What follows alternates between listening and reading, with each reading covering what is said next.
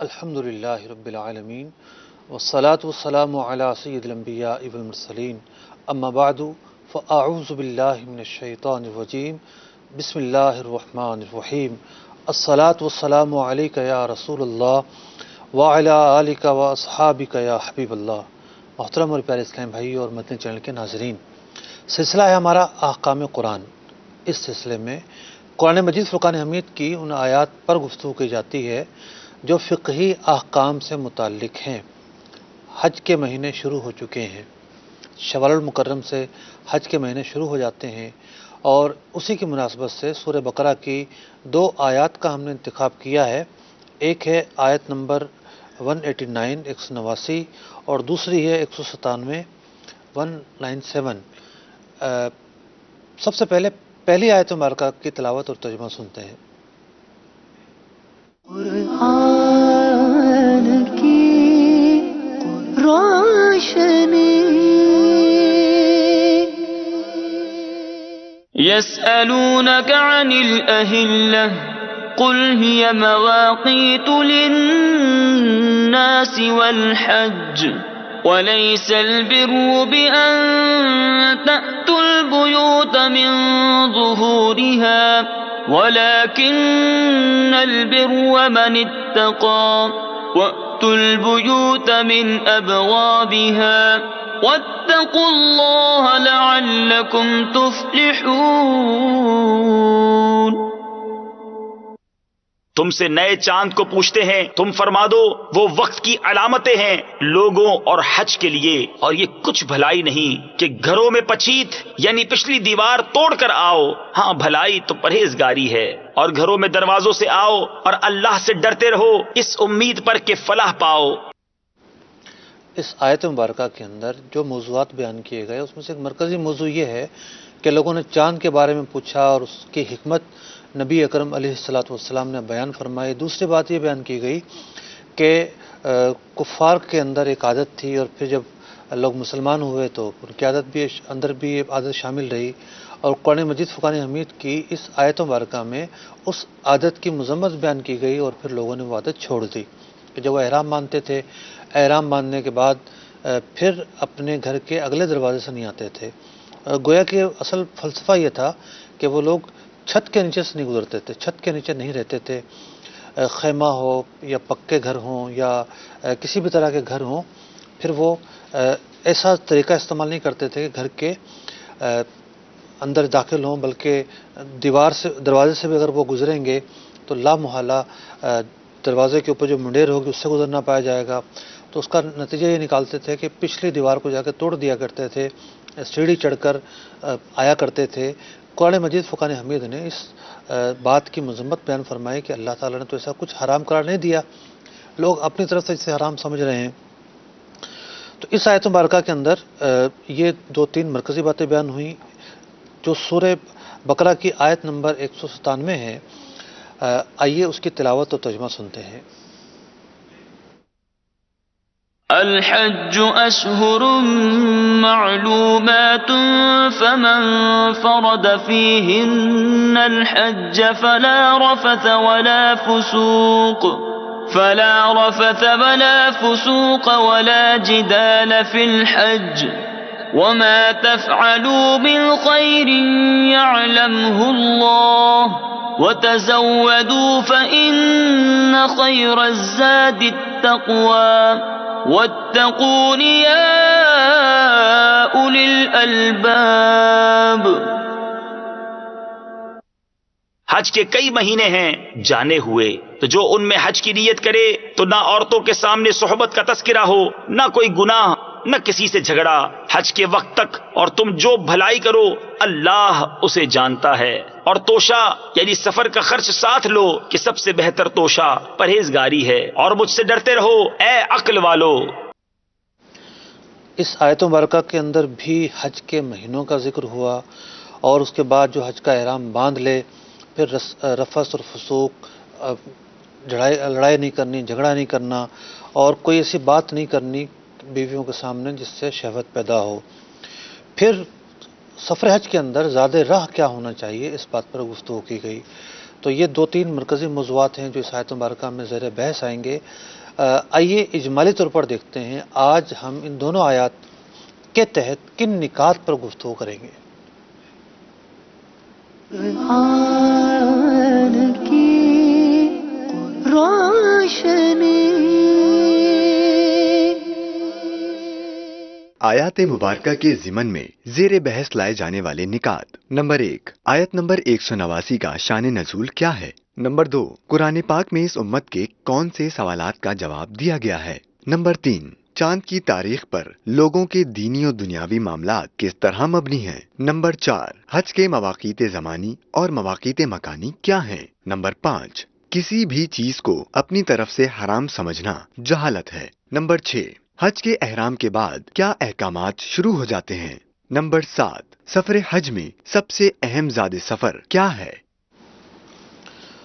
آیت نمبر 189، اللہ رب العزت ارشاد فرماتا ہے یسألونک عن الاہلہ، آپ سے چاند کے بارے میں سوال کرتے ہیں۔ حضرت ابن عباس رضی اللہ تعالیٰ عنہ سے مروی ہوا کہ نبی اکرم علیہ الصلوۃ والسلام کی بارگاہ میں ایک مرتبہ 2 صحابہ رضوان اللہ تعالیٰ علیہم اجمعین آتے ہیں۔ ایک کا نام حضرت معاذ بن جبل اور دوسرے کا نام ثعلبہ بن غنم انصاری۔ یہ صحابہ آ کر بارگاہ رسالت میں یہ عرض کرتے ہیں، یا رسول اللہ صلی اللہ علیہ وسلم، چاند جب نکلتا ہے تو بڑا باریک ہوتا ہے، پھر کچھ تاریخیں گزرتی ہیں تو موٹا ہو جاتا ہے، روشن ہو جاتا ہے، پورا ہو جاتا ہے، پھر آہستہ آہستہ وہ پھر غائب ہونا شروع ہوتا ہے، یہاں تک کہ آخری کی تاریخوں میں وہ غائب ہو جاتا ہے۔ اس کی حکمت، اس کی توجہ کیا ہے؟ تو جو جواب قرآن مجید فرقان حمید کی آیت مبارکہ میں دیا گیا وہ توجہ پر تو مشتمل نہیں ہے کہ ایسا اللہ تعالیٰ کیوں کرتا ہے، بلکہ اس کی حکمت بیان کی گئی۔ حکمت یہ بیان کی گئی کہ اس سے جو قمری نظام ہے وہ چل رہا ہے، جو تاریخیں ہیں وہ چل رہی ہیں، اور ان تاریخوں کے چلنے سے بہت سارے دینی اور دنیاوی جو معاملات ہیں لوگوں کے وہ وابستہ ہیں۔ تو جب یہ پوچھا گیا یسألونک عن الاہلہ، آپ سے چاند کے بارے میں سوال کرتے ہیں کہ چاند کے اندر یہ اتار چڑھاؤ کیوں ہیں، کہ شروع کے مہینے میں اس کی الگ حیت ہوتی ہے، درمیان میں الگ حیت ہوتی ہے، اور مہینے کے آخر میں الگ کیفیت ہوتی ہے۔ تو فرمایا گیا قل ہی مواقیت للناس، کہ لوگوں نے اپنے معاملات کے جو دار و مدار ہیں وہ چاند کی تاریخوں پر رکھے ہوتے ہیں، اور کچھ دینی معاملات بھی ایسے ہیں کہ جن کی بنیاد جو ہے وہ چاند کی تاریخوں پر ہے۔ تو ایک تو یہ وجہ ہے کہ چاند کی اہمیت اتنی زیادہ ہے۔ فرمایا والحج، اور جو حج کے مہینے ہیں، حج کے مناسک ہیں، ان کا بھی چاند کی تاریخوں سے بڑا ہی گہرا تعلق ہے۔ تو یہ 2 اسباب اللہ رب العزت نے اس سوال کے جواب میں بیان فرمائے۔ اگلے نقطے کی طرف چلتے ہیں۔ اگلا نقطہ ہمارا یہ ہے کہ ایک دلچسپ بحث ہے کہ قرآن مجید فرقان حمید کے اندر کچھ سوالوں کے جواب دیے گئے ہیں، وہ سوالات کہ جو امت مسلمہ کی طرف سے کیے گئے، یا مطلقاً کہہ لیجئے کہ امت کی طرف سے کیے گئے۔ امت کی 2 قسمیں ہوتی ہیں، ایک امت اجابت اور ایک امت دعوت، یعنی تمام ہی لوگ جو پیدا ہوں گے نبی اکرم علیہ الصلوۃ والسلام کے اعلان نبوت کے بعد وہ تمام کے تمام امتی کہلائیں گے، لیکن جنہوں نے اس دعوت کو قبول کر لیا وہ امت اجابت کہلائیں گے، اور جنہوں نے قبول نہیں کیا وہ امت دعوت میں بہرحال لفظی طور پر شامل ہوتے ہیں۔ تو کچھ سوالات تو ایسے ہیں جو یہود نے کیے، نصارہ نے کیے، کچھ سوالات ایسے ہیں جو مسلمانوں نے کیے۔ مفسرین نے بیان کیا کہ مجموعی طور پر 14 ایسے سوالات ہیں کہ قرآن کریم فرقان حمید نے سوال نقل کیا اور اس کا جواب بیان فرمایا۔ قرآن پاک میں اس امت کے 14 سوالوں کا جواب دیا گیا ہے۔ حضرت ابن عباس رضی اللہ تعالیٰ عنہ نے ارشاد فرمایا، اس امت کی تعریف کرتے ہوئے ارشاد فرمایا کہ سب سے کم سوال اس امت نے پوچھے ہیں، یعنی دیگر جو امتیں تھیں وہ ان کے اندر شرارت زیادہ ہوتی تھی، ان کے اندر اطمینان نہ ہونے کا جو عنصر ہے وہ زیادہ ہوتا تھا، اور بھی وجوہات ہو سکتی ہیں، تو وہ حضرات انبیاء سے بار بار سوال کیا کرتے تھیں کہ یہ بھی بتاؤ، یا اللہ تعالیٰ سے یہ بھی پوچھو، اللہ تبارک و تعالیٰ اس کے متعلق کیا ارشاد فرماتا ہے۔ سب سے کم سوال اس امت مسلمہ نے کیے ہیں۔ آج کی جو یہ آیت مبارکہ ہے اس کا تعلق بھی سوال سے ہے۔ جب بھی فرمایا گیا یسألونک عن الاہلہ، اے محبوب علیہ الصلوۃ والسلام، کچھ لوگ آپ سے چاند کے حوالے سے، جو گردش ہے چاند کی، جو اس کا نکلنا، چھپ جانا، اس کا واضح ہونا، اس کی کیفیت، اس کی حیت، اس کے بارے میں سوال کرتے ہیں، تو اس کی حکمت یہ ہے کہ لوگوں کے مختلف معاملات کا دار و مدار چاند کی تاریخوں پر اللہ رب العزت نے رکھا ہے۔ تو وہ 14 کون سے مقامات ہیں، وہ 14 کون سی آیات ہیں؟ 8 آیتیں تو سورہ بقرہ ہی میں ہے۔ اس حوالے سے امام فخر الدین رازی رحمۃ اللہ تعالی علیہ نے جو کچھ تفسیر کبیر میں بیان فرمایا، میں آپ کے سامنے بیان کرتا ہوں۔ فرمایا پہلی آیت ہے وَإِذَا سَأَلَكَ عِبَادِي عَنِّي فَإِنِّي قَرِيب، کہ لوگ میرے بارے میں پوچھتے ہیں، میں تو قریب ہوں، شہرک سے بھی زیادہ قریب ہوں۔ پہلا سوال یہ تھا، پوچھتے ہیں، اس کا جواب دیا گیا۔ دوسری یہ آیت مبارکہ ہے سورہ بقرہ کی۔ اس آیت مبارکہ میں چاند کے متعلق پوچھا گیا اور پھر اس کا جواب دیا گیا۔ مزید 6 آیتیں اور بھی ہیں جو سورہ بقرہ ہی کی ہیں۔ امام فخر الدین رازی رحمۃ اللہ تعالی علیہ نے ان کو اس موقع پر نقل نہیں فرمایا۔ یہ 8 آیتیں ہو گئیں، 2 آیتیں یہ، 6 آیتیں مزید بھی ہیں۔ اب 9ویں جو آیت ہے وہ سورہ مائدہ کی۔ فرمایا گیا یسألونک ماذا احل لہم، پوچھتے ہیں ان کے لیے حلال کیا ہے۔ جو 10ویں آیت ہے وہ سورہ انفال کی ہے، یسألونک عن الانفال، انفال کے بارے میں پوچھتے ہیں۔ 11ویں آیت ہے یسألونک عن الروح، سورہ بنی اسرائیل کی ہے، روح کے بارے میں لوگ سوال کرتے ہیں۔ جو 12ویں آیت ہے سورہ کہف کی ہے، وَيَسْأَلُونَكَ عَنْ ذِي الْقَرْنَيْنِ، ذی القرنین کے بارے میں سوال کرتے ہیں۔ 13ویں جو آیت ہے وہ سورہ طٰہٰ کی ہے، وَيَسْأَلُونَكَ عَنِ الْجِبَالِ، پہاڑوں کے بارے میں پوچھتے ہیں۔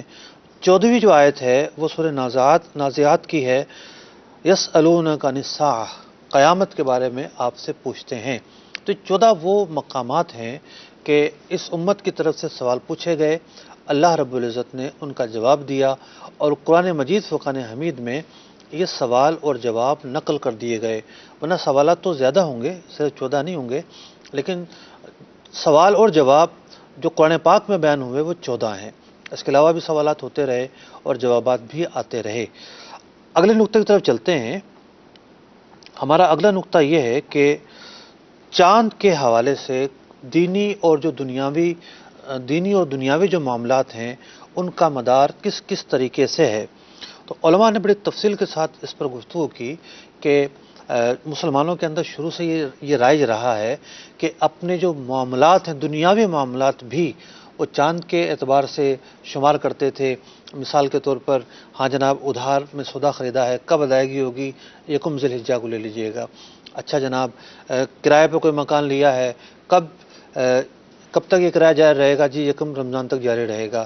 تو مسلمانوں کے جو معاملات ہیں، دینی معاملات ہیں، لین دین کے معاملات ہیں، ادھار کے معاملات ہیں، مدت کے معاملات ہیں، زراعت کے معاملات ہیں، زمین کو کرائے پر لینا ہے اس کے معاملات ہیں، تو مسلمانوں کے لین دین کے اندر شروع دن سے ہی جو قمری مہینے ہیں یہ رہے ہیں۔ تو چاند کا جو نکلنا ہے بنیادی طور پر اس آیت مبارکہ میں بیان کیا گیا کہ اللہ رب العزت نے موسموں کو تقسیم فرمایا ہے، سال مقرر فرمائے ہیں، سالوں کے اندر مہینے ہیں، مہینوں کے اندر دن ہیں، دن کے اندر گھنٹے ہیں، گھنٹوں کے اندر پھر مزید تقسیم بندی ہے۔ تو یہ جو تقسیم بندی ہے، یہ جو مدت کا نکلنا، یہ جو مدت کا بدلنا، یعنی یہ جو اوقات کا بدلنا ہے، اس لیے یہ مقرر کیا گیا ہے۔ اس میں حکمت یہ ہے کہ تمہیں اپنے معاملات کے انجام دینے سے آسانی ہو۔ اب کوئی مہینہ ہی نہ ہوتا تو غور کیجئے کسی کو کیا کہتے کہ کب ادھار کی ادائیگی ہوگی، کب جو ہے وہ مدت پوری ہوگی، فلاں جو ہے وہ شادی کس تاریخ کو رکھی جائے گی، فلاں رسم کب ادا کی جائے گی۔ تو یہ تاریخ اس لیے رکھی ہے، اس لیے بندوں کو سکھائی گئی ہے کہ بندے اپنے دنیاوی معاملات کے اندر آسان طریقے سے چیزوں کو مینیج کر سکیں۔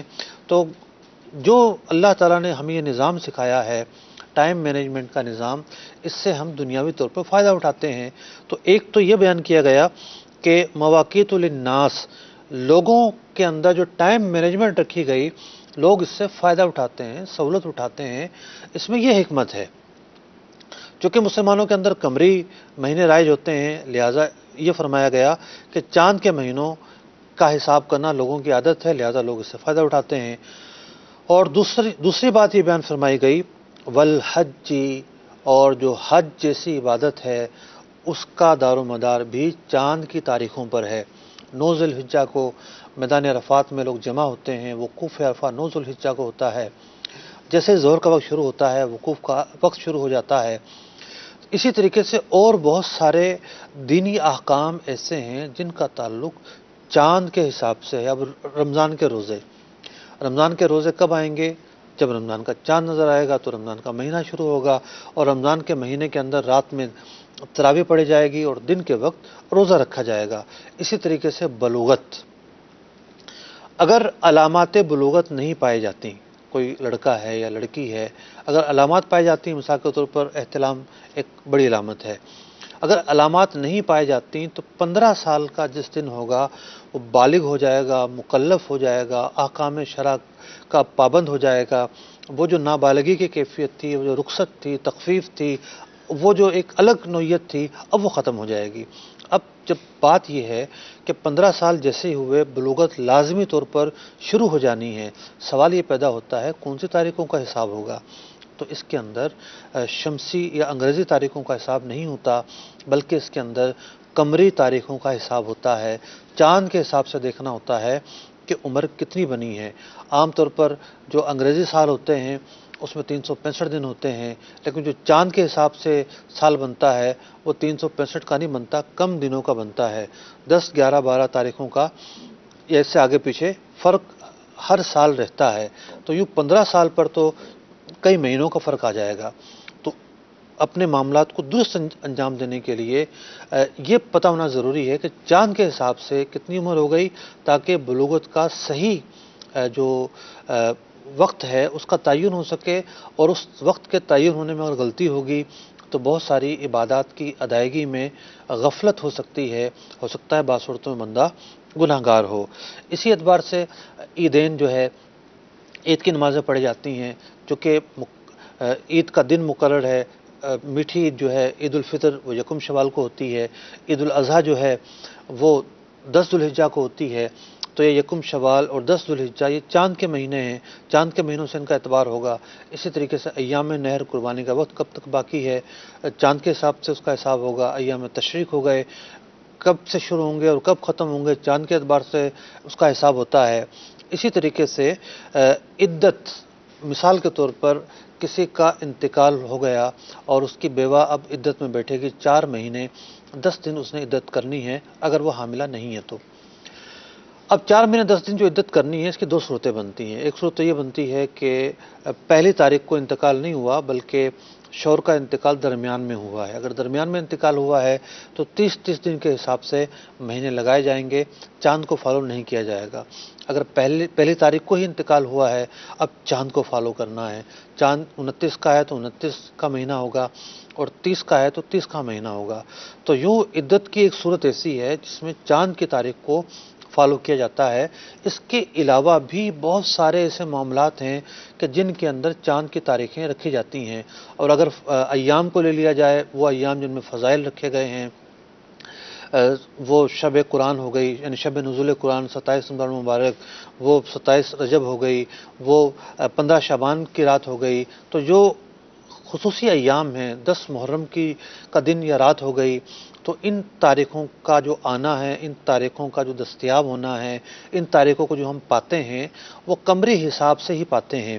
تو اللہ رب العزت نے ارشاد فرمایا یسألونک عن الاہلہ، چاند کے بارے میں سوال کرتے ہیں، قل ہی مواقیت للناس، آپ فرما دیجئے کہ لوگوں کے معاملات انجام دینے میں ان مہینوں میں آسانی ہے، والحج، اور لوگ حج بھی ان مہینوں میں کرتے ہیں۔ ان مہینوں سے مراد یہ کہ مخصوص مہینوں میں کرتے ہیں۔ اگلے نقطے کی طرف چلتے ہیں، بلکہ اگلے نقطے کی طرف چلتے ہیں۔ اب حج کس مہینے میں کرتے ہیں؟ حج کے حوالے سے مواقیت زمانی اور مکانی کیا ہیں؟ یہ ہمارا اگلا نقطہ ہے۔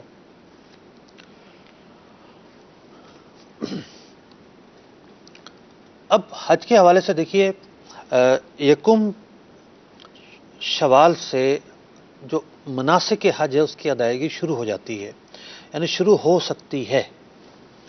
امام اعظم ابو حنیفہ رضی اللہ تعالیٰ عنہ آپ یہ ارشاد فرماتے ہیں، اور احناف کا یہ مذہب ہے، کہ حج کا احرام اگر کوئی شوال سے پہلے بھی باندھتا ہے تب بھی اس کا احرام باندھنا درست ہوگا، اور قرآن پاک کی یہی آیت، اسی آیت کا اسلوب امام اعظم ابو حنیفہ رضی اللہ تعالیٰ عنہ کی سب سے بڑی دلیل ہے۔ امام اعظم کیا فرماتے ہیں؟ امام اعظم یہ فرماتے ہیں کہ دیکھو، اس آیت میں یہ پوچھا گیا کہ جو مہینے ہیں یہ کیوں ہیں؟ یہ نہیں کہا گیا کہ شوال، ذوالقعدہ، ذی الحجہ یہ کیوں ہیں، 12 مہینوں کے بارے میں پوچھا گیا یہ کیوں ہیں۔ اللہ رب العزت نے بغیر کسی فرق کے اس بات کو بیان فرمایا کہ ان کا حج سے بھی تعلق ہے، لہٰذا اگر کوئی کسی بھی مہینے میں حج کا احرام باندھ لیتا ہے، رمضان میں بھی باندھ لیتا ہے، اس کا حج کا احرام باندھنا معتبر ہوگا۔ یہ امام اعظم رضی اللہ تعالیٰ عنہ نے قرآن مجید فرقان حمید کے اس اسلوب سے یہ دلیل پکڑی، اور یہی مسئلہ ہماری کتابوں میں لکھا ہوا ہوتا ہے۔ اگر کبھی اس موضوع پر بات کرنے کا موقع ملا اور کوئی سا موضوع نکلا کہ امام اعظم رضی اللہ تعالیٰ عنہ کے نزدیک جو قرآن کریم فرقان حمید سے استدلال کے قوانین ہیں وہ کس قدر محتاط ہیں، میں اس پر بہت تفصیلی گفتگو کر سکتا ہوں کہ احناف کے ہاں، امام اعظم ابو حنیفہ رضی اللہ تعالیٰ عنہ کے ہاں یہ حکم اس لیے بیان کیا گیا کہ کہیں اطلاق قرآن کو خاص کرنا نہ آ جائے، کہیں عموم قرآن میں خلل نہ واقع ہو۔ تو یہاں بھی ایسا ہی ہے کہ مہینے مطلق بیان کیے گئے لیکن اسے خاص نہیں کیا گیا، اس لیے یہ مسئلہ بیان ہوا کہ اگر کوئی احرام جو ہے حج کا کسی بھی مہینے میں باندھ لیتا ہے تو اس کی نیت درست ہوگی، وہ حالت احرام میں رہے گا۔ مناسک ادا نہیں ہو سکتے، مناسک ادا اسی وقت ہوں گے جب شوال کا مہینہ شروع ہوگا۔ اب آپ کہیں گے کہ شوال میں کون سا مناسک شروع ہو سکتے ہیں جناب؟ بہت سارے ہو سکتے ہیں۔ ایک شخص میقات کے باہر سے گیا ہے اور میقات کے باہر سے جاتے ہوئے اس نے عمرے کا احرام باندھا ہے کہ میں حج تمتع کرنے جا رہا ہوں، اور وہ جا کر عمرہ کر کے احرام کھول دیتا ہے، وہیں رہتا ہے، تو جو ایک رکن تھا تمتع کرنے والے کے لیے عمرے کی ادائیگی، یہ ادائیگی درست ہو گئی۔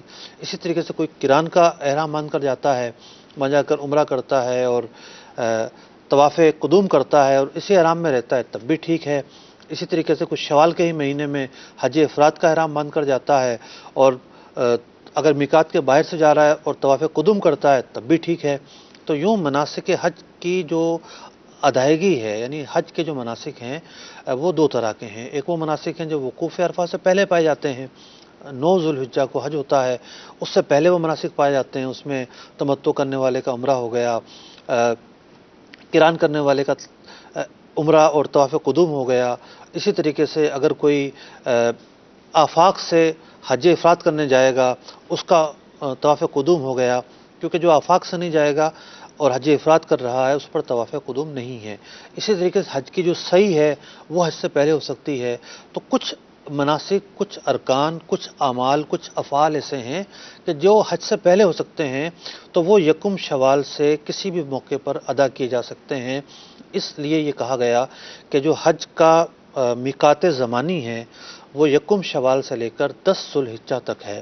ان میں مناسک کی جو پہلے کی ادائیگی ہے وہ ہوتی ہے، اور اس کے بعد پھر دوسرا دور شروع ہوتا ہے، اور پھر اکثر جو مناسک ہیں وہ ایام نہر تک ہی ادا ہوتے ہیں، جیسے کہ رمی ہے، اسی طریقے سے قربانی ہو گئی، طواف زیارت ہو گیا۔ ان کا وجوبی وقت زیادہ تر مناسک کا ایام نہر تک ہوتا ہے، کچھ کا نہیں ہوتا، جیسے کہ حج کی صحیح ہے، اس کا کوئی وقت نہیں ہے۔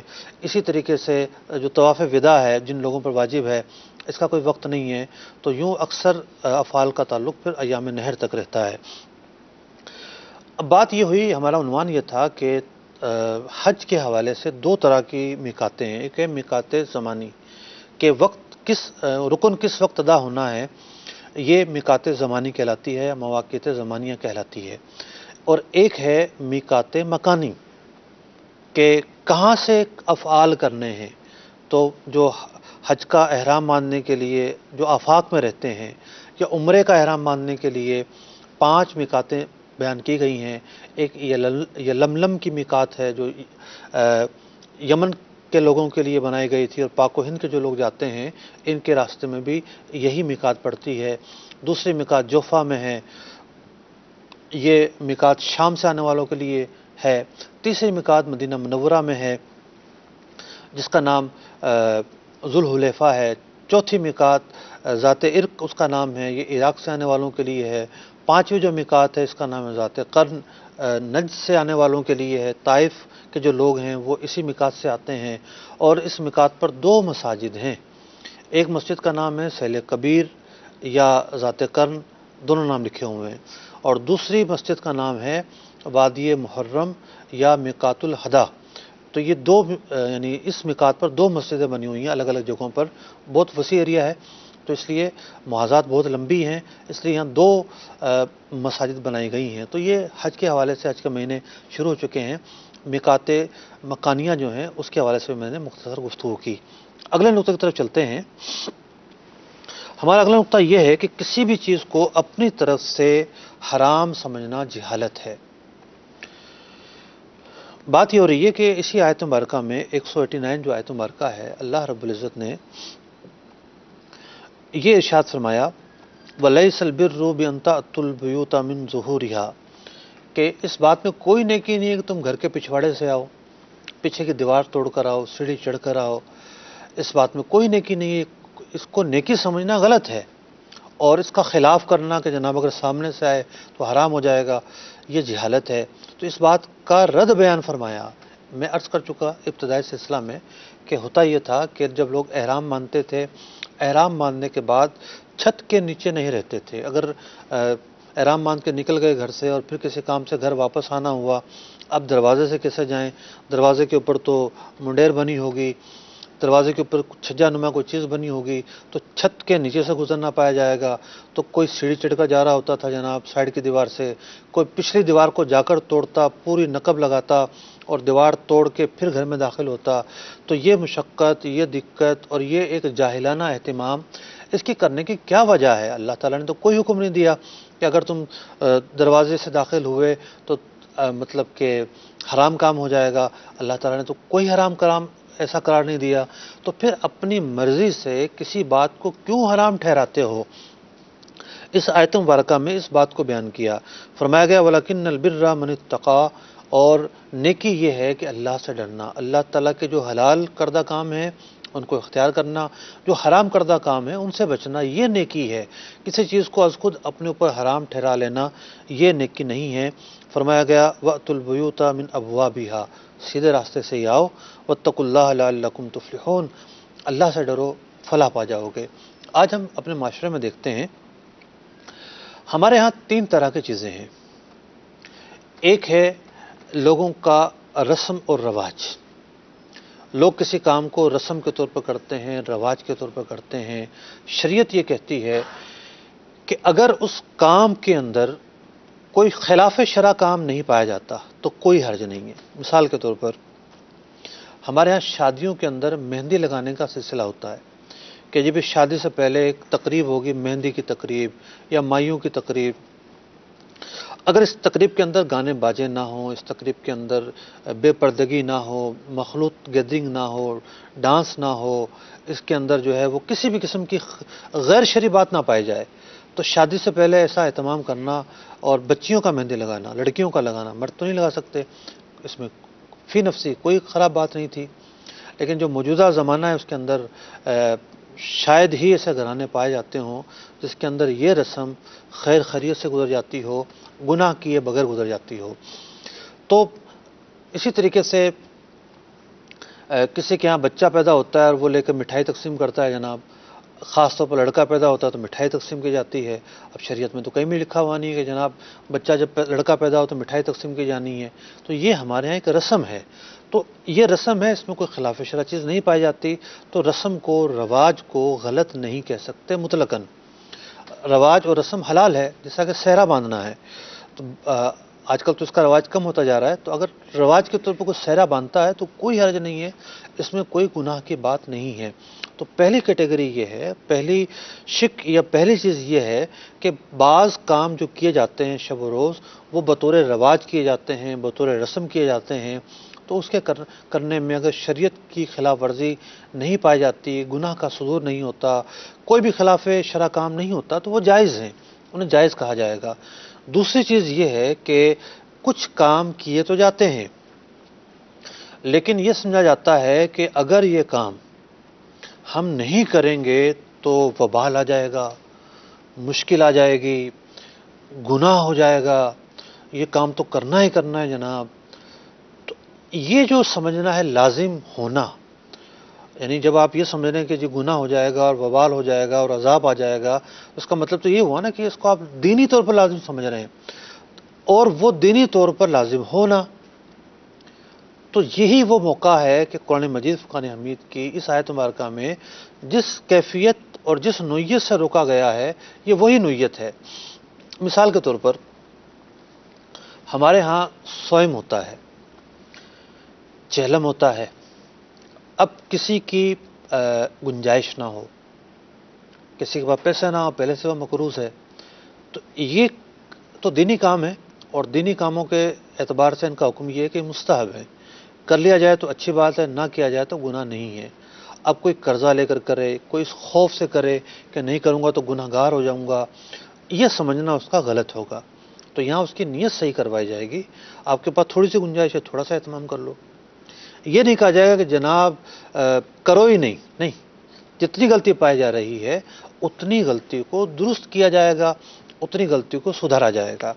اب تیسری طرف یہ آتے ہیں، اس کی ایک تیسری کیٹیگری بھی ہے کہ مسلمانوں کے بہت سارے ایسے کام ہیں کہ جس میں مسلمان اس کام کو کر تو رہے ہوتے ہیں، لیکن جو تاریخ کا تعین ہے اس میں وہ اپنی عادت کے اعتبار سے تاریخ مطلب کہ اس کی پابندی کرتے ہیں، یہ نہیں سمجھتے کہ اسی تاریخ کو یہ کام ہو سکتا ہے۔ مثال کے طور پر آپ نے دیکھا ہوگا کہ 11ویں شریف جو ہے وہ مسلمانوں کے گھروں میں پورا سال ہی منائی جا رہی ہوتی ہے۔ یہ بڑی 11ویں ہے، یہ چھوٹی 11ویں ہے، جب 11ویں کی بڑی محفل ہے، 11ویں شریف کا بڑا پروگرام ہے، خاص 11 تاریخ کو ہی ربیع الثانی کی یہ منائی جاتی ہو، ایسا نہیں ہے، پورا سال منائی جاتی ہے، 11 کو بھی منائی جاتی ہے، اس لیے کہ یہ دن ہے ان کا، اور اس دن کو ہم اپنی سہولت کے اعتبار سے منتخب کرتے ہوئے اصالِ ثواب کرتے ہیں بزرگان دن کو۔ ہم یہ نہیں سمجھتے کہ یہ دن اگر نہیں اختیار کیا گیا تو ثواب نہیں پہنچے گا، یہ دن اگر اختیار نہیں کیا گیا تو نیکی نہیں ملے گی، ایسا کوئی کانسیپٹ ہمارا نہیں ہے، اہل سنت کا کوئی ایسا کانسیپٹ نہیں ہے۔ اب کوئی اپنی طرف سے سر پر تھوپے کہ جناب نہیں اس تاریخ کو لازم سمجھتے ہیں، یہ ربیع الاول جو ہے وہ 12 تاریخ کو حضور کا میلاد کرتے ہیں، اس کے علاوہ تو میلاد کرتے نہیں ہیں۔ بھائی ہم تو پورا سال میلاد کرتے ہیں، آپ کو کس نے کہا؟ ہاں ہم اس دن بھی میلاد کرتے ہیں اور پورا سال بھی کرتے ہیں۔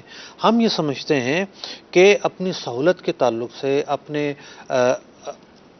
مطلب کہ مصروفیات کے تعلق سے ہم کسی خاص دن وہ دن مناتے ہیں، اس کا مطلب یہ نہیں ہے کہ ہم یہ سمجھتے ہیں اگر اس دن نہیں منایا تو نیکی نہیں ملے گی، تو یہ ہم نہیں سمجھتے۔ اب کچھ لوگ کیا ہیں کہ وہ یہ نقطہ پکڑ لیتے ہیں کہ جناب دیکھو شریعت نے لازم نہیں قرار دیا تھا اور یہ اس دن کو لازم انہوں نے پکڑ لیا لہذا حرام ہے۔ بھائی لازم کہاں پکڑا ہے؟ اپنی عادت کے اعتبار سے، عرف کے اعتبار سے لازم پکڑا ہے۔ مثال کے طور پر مدارس کے اندر ختم بخاری کی تقریب ہوتی ہے، اب وہ تقریب کب ہوتی ہے؟ عام طور پر یا تو ہوتی ہے وہ رجب شعبان میں، زیادہ تر مدارس 99% جو مدارس ہیں وہ رجب شعبان میں ہی کرتے ہیں۔ اب اگر ان سے پوچھا جائے کہ جناب آپ یہ تقریب جو ہے وہ ربیع الاول میں کیوں نہیں کرتے؟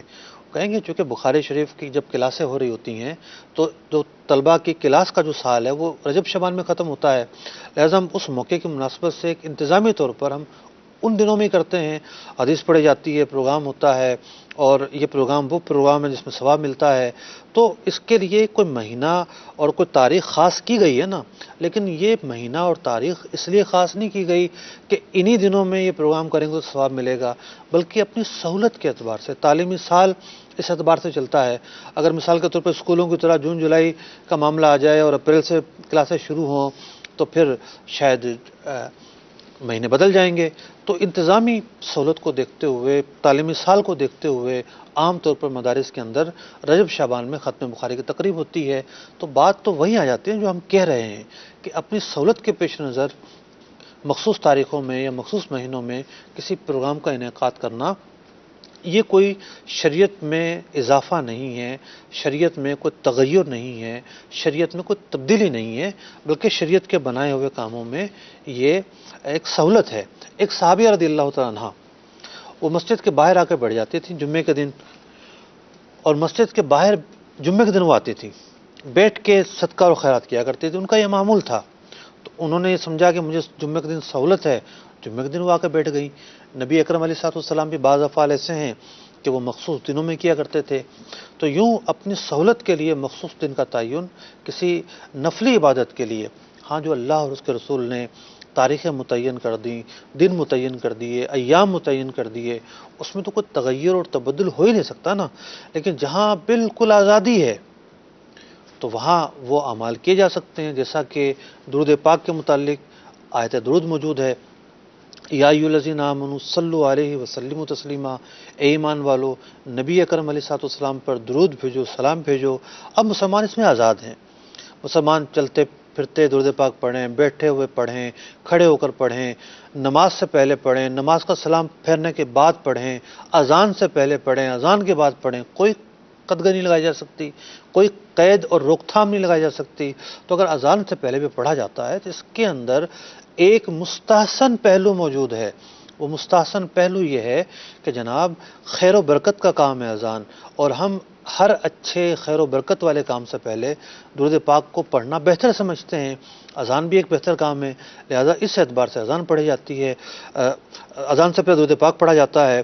کبھی بھی یہ تصور قائم نہیں ہوا اور کسی بچے کے ذہن میں بھی یہ بات نہیں آئی ہوگی کہ درود پاک اذان کا حصہ ہو گیا ہے. اگر ایسا ہو تو پھر وہ جو بچہ جو مدرسے میں داخل ہوتا ہے اور قاری صاحب اس کو سبق پڑھاتے ہیں، پڑھو اعوذ باللہ من الشیطان الرجیم بسم اللہ الرحمن الرحیم الف لام میم، تو الف لام میم سے پہلے تو اعوذ باللہ لکھی ہوئی نہیں ہے. الف لام میم سے پہلے اعوذ باللہ پڑھانا کہ اس کا مطلب یہ لیا جائے گا کہ جناب یہ قرآن میں ایڈیشن ہو گیا، قرآن میں اضافہ ہو گیا، بلکہ یہ ایک الگ سے ادب کے طور پر پڑھائی جاتی ہے کہ جب قرآن کی تلاوت شروع کی جاتی ہے تو اعوذ باللہ پڑھنے کی فضیلت موجود ہے. اسی طریقے سے ہر نیک کام سے پہلے درود پاک پڑھنے کی فضیلت موجود ہے. اسی بنا پر ہر نیک کام سے پہلے درود پاک پڑھا جا سکتا ہے اور اس میں کوئی روک تھام نہیں ہو سکتی. یہ نہیں کہا جا سکتا جی صحابہ کے زمانے میں نہیں ہوتا تھا، فلاں زمانے میں نہیں ہوتا تھا. 4 لاکھ حدیثیں تو امام بخاری رحمۃ اللہ تعالی علیہ کو وہ یاد تھیں جو صحیح حدیثیں تھیں، اور بخاری شریف میں کتنی ہیں؟ 7,000 حدیثیں. پہلے تو بقیہ حدیثوں کہ آپ جانچ پڑتال کریں کہ آپ کو سارے حدیثیں پتہ چل گئی ہیں جو آپ اتنا بڑا دعویٰ کرتے ہیں کہ صحابہ کرام کے زمانے میں نہیں ہوتا تھا. اچھا اتنا تو ثابت ہے نا کہ اذان کے بعد تو پڑھنا ثابت ہے.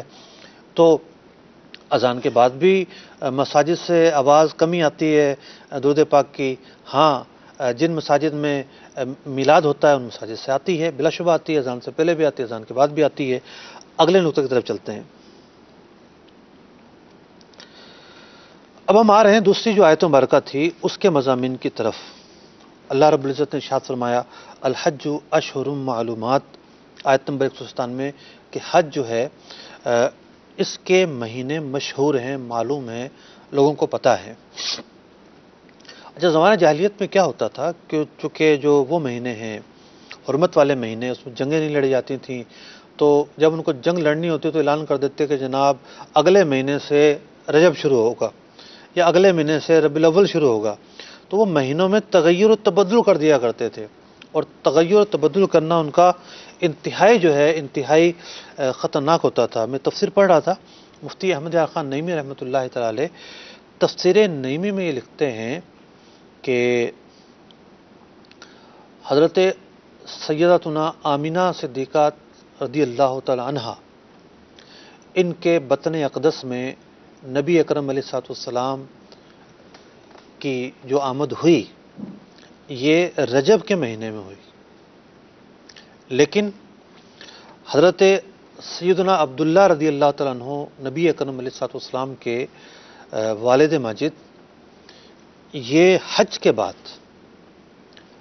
بعد جمرات سے فارغ ہونے کے بعد حضرت سیدتنا آمینہ رضی اللہ تعالیٰ عنہ کے پاس گئے اور پھر جو ہے وہ جو امانت ان کے پاس تھی وہ امانت حضرت سیدتنا آمینہ رضی اللہ تعالیٰ عنہ کے پیٹ میں منتقل ہوئی، ان کے رحم میں منتقل ہوئی۔ تو حج کے بعد منتقل ہوئی تو 9 مہینے تو بہت نہیں بنے گا ربیع الاول تک، تو وہاں یہ نقطہ بیان کیا کہ اس سال کفار نے تبدیلی کی ہوئی تھی، وہ رجب میں حج کروا رہے تھے، تو ان کے ہاں یہ تو تھا کہ حج کے مہینے میں ہونا ہے، لیکن وہ کسی بھی مہینے کو حج کا مہینہ قرار دے دیتے تھے، کسی مہینے کو رجب کا مہینہ قرار دے دیتے تھے، کسی بھی مہینے کو کوئی اور مہینہ قرار دے دیتے تھے۔ تو اللہ رب العزت نے یہ ارشاد فرمایا کہ جو حج کے مہینے ہیں وہ فکس ہیں، وہ معلوم ہیں، یعنی اب ان میں تغیر و تبدل نہیں ہو سکتا۔ ایسا کام زمانہ جاہلیت میں لوگ کیا کرتے تھے، جو کفار کے سردار ہوتے تھے وہ کیا کرتے تھے اپنے اپنے مقاصد، برے مقاصد کی وجہ سے، لیکن حج کے جو مہینے ہیں وہ معلوم ہیں۔ میں بیان کر چکا، 1 شوال المکرم سے لے کر 10 ذوالحجہ تک یہ اشہر حج کہلاتے ہیں۔ ایک تصحیح بھی کی جا سکتی ہے یہاں پر کہ ایام حج اور اشہر حج میں فرق ہے۔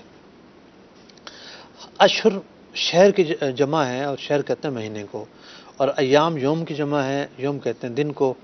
تو حج جو اشہر حج ہیں یہ 1 شوال سے 10 ذوالحجہ تک اشہر حج کہلاتے ہیں۔ جو ایام حج ہیں 8 ذوالحجہ سے لے کر 13 تاریخ تک یہ ایام حج کہلاتے ہیں۔ تو یہ ایک فرق ہے، عام طور پر لوگ بلکہ بعض اہل علم بھی بولنے میں چک کر جاتے ہیں۔ تو اس آیت مبارکہ میں اللہ رب العزت نے حج کے حوالے سے مہینوں کا ذکر کیا، اور مہینے کا ذکر کرنے کے علاوہ یہ ارشاد فرمایا فمن فرض فیہن الحج، جو حج کا احرام باندھ لے۔ اب احرام کے جو لوازمات ہیں وہ شروع ہو جاتے ہیں۔ اب حج کے جو احرام ہے، احرام کا مطلب ہے، یعنی ہم جب نماز پڑھتے ہیں تو تکبیر کہتے ہیں، اللہ اکبر، اس تکبیر کا نام ہے تکبیر تحریمہ۔ اس تکبیر کو تحریمہ کہنے کی وجہ یہ ہے کہ نماز سے پہلے جو چیزیں حلال تھیں اب اس تکبیر کے بعد وہ حرام ہو جائیں گی۔ بھئی نماز سے پہلے گفتگو ہو سکتی تھی، کلام ہو سکتا تھا، سلام کا جواب دیا جا سکتا تھا، بندہ دینی امور میں مشغولیت اختیار کر سکتا تھا، لیکن جب نماز شروع ہوئی تو بہت ساری چیزیں حرام ہو گئیں۔ اس لیے نماز کی پہلی تکبیر کو تکبیر تحریمہ کہتے ہیں۔ اور احرام کو احرام اس لیے کہتے ہیں کہ بہت ساری حلال اور پاکیزہ چیزوں کو حالت احرام حرام قرار دے دیتی ہے۔ جیسا کہ جب احرام کی نیت کر لی، اب خوشبو نہیں لگا سکتا، اب مرد سر نہیں ڈھانپ سکتا، اب عورت بھی جو ہے وہ چہرہ نہیں چھپا سکتی، اب سلا ہوا لباس نہیں پہنا جا سکتا، یہ مرد کے لیے ہے، عورت پہن سکتی ہے۔ اسی طریقے سے بہت سارے ایسے احکام شروع ہو جاتے ہیں کہ جو احرام سے پہلے حلال تھے، لیکن احرام کی نیت کرنے کے بعد وہ کام حرام ہو جاتے ہیں، ان کی ممانعت ہو جاتی ہے۔ انہی کاموں کے اندر یہاں پر قرآن کریم فرقان حمید کے اندر ایک بات یہ بیان کی گئی کہ فلا رفث، کہ عورتوں کے سامنے کوئی ایسی بات بھی نہ کی جائے جب حالت احرام میں ہوں دونوں کہ جس سے شہوت جاگے، کیونکہ ایسی بات کرنا بھی حالت احرام میں حرام ہے۔ قرآن مجید فرقان حمید کی اس آیت مبارکہ میں واضح طور پر اس کی مذمت بیان کی گئی۔ پھر فرمایا گیا اور نہ ہی کوئی گناہ کرے، ولا فسوقا، یعنی ایک تو وہ پابندیاں ہیں جو خاص پابندیاں ہیں، جیسا کہ میں نے کہا کہ خوشبو حرام ہو گئی، لباس کے تعلق سے پابندیاں ہیں، زینت کے تعلق سے پابندیاں ہیں، اور بہت ساری پابندیاں ہیں، لیکن گناہ کسی بھی حالت میں نہیں کرنا۔ اور یہاں تو بندہ اللہ تعالیٰ کی بارگاہ میں جا رہا ہوتا ہے، کچھ مانگنے جا رہا ہوتا ہے، سائل بن کر جا رہا ہوتا ہے، تو سائل کو تو اچھے اور عمدہ حالت پر جانا چاہیے، سائل کو تو گناہ سے توبہ کر کے جانا چاہیے۔ تو خاص طور پر یہ تنبیہ کی حج کی نیت کر لے جائے تو اب کوئی گناہ نہ کرے، ولا جدال فی الحج، اور نہ ہی جھگڑا ہو، جھگڑا اس کے علاوہ بھی نہیں کرنا۔ احرام کے بعد خاص طور پر اس لیے اس بات کو بیان کیا گیا کہ سفر ہوتا ہے، تھکاوٹ ہوتی ہے، نئے نئے لوگ ملتے ہیں، ہم خیال لوگ ساتھ ہوں ضروری نہیں ہے، مختلف المزاج لوگ ہوتے ہیں، چھوٹی چھوٹی باتوں میں عدم برداشت جو ہے وہ پیدا ہو جاتی ہے، جھگڑا ہو جاتا ہے، تناؤ بڑھ جاتا ہے، تنازع ہو جاتا ہے۔ تو جب حج کا احرام باندھ لیا، اب جھگڑے سے بھی بچنا ہے۔ تو یہ باتیں بطور خاص اس آیت مبارکہ کے ابتدائی حصے میں بیان کی گئیں۔ اگلے حصے میں بیان کیا گیا کہ وَتَزَوَّدُوا فَإِنَّ خَيْرَ الزَّادِ التَّقْوَىٰ، حج کے لیے تیاری کرو اور سب سے بہترین تیاری تقویٰ ہے۔ اس کا شان نزول یہ ہے کہ یمنی لوگ آیا کرتے تھے اور وہ آ کے کچھ تیاری کر کے نہیں آتے تھے اور آ کے لوگوں سے سوال کرتے اور پھر بھیک مانگتے۔ اس کی مذمت بیان کی گئی کہ اپنی تیاری کر کر آؤ، سوال نہ کرو، سائل بن کے لوگوں کے سامنے ہاتھ نہ پھیلاؤ، اور تیاری کر کر آؤ حج کے سفر کی۔ اور سب سے بہترین تیاری ہے تقوی کی تیاری۔ حج وہ ہونا چاہیے بندہ جب واپس آئے تو بدل دے، بندہ نیک ہو جائے۔ تو یہ ان دو آیات مبارکہ کے اندر بہت سارے پیغامات بیان کیے گئے۔ آخر میں فرمایا گیا فَإِنَّ خَيْرَ الزَّادِ التَّقْوَىٰ، خیر الزاد التقویٰ، کہ تقویٰ جو سب سے بہترین زاد راہ ہے۔ وَاتَّقُونِ يَا أُولِي الْأَلْبَابِ، اے عقل والو مجھ سے ڈرو۔ اللہ تعالیٰ ان احکامات پر عمل کرنے کی توفیق عطا فرمائے، آمین بجاہ النبی الامین صلی اللہ تعالیٰ علیہ وسلم۔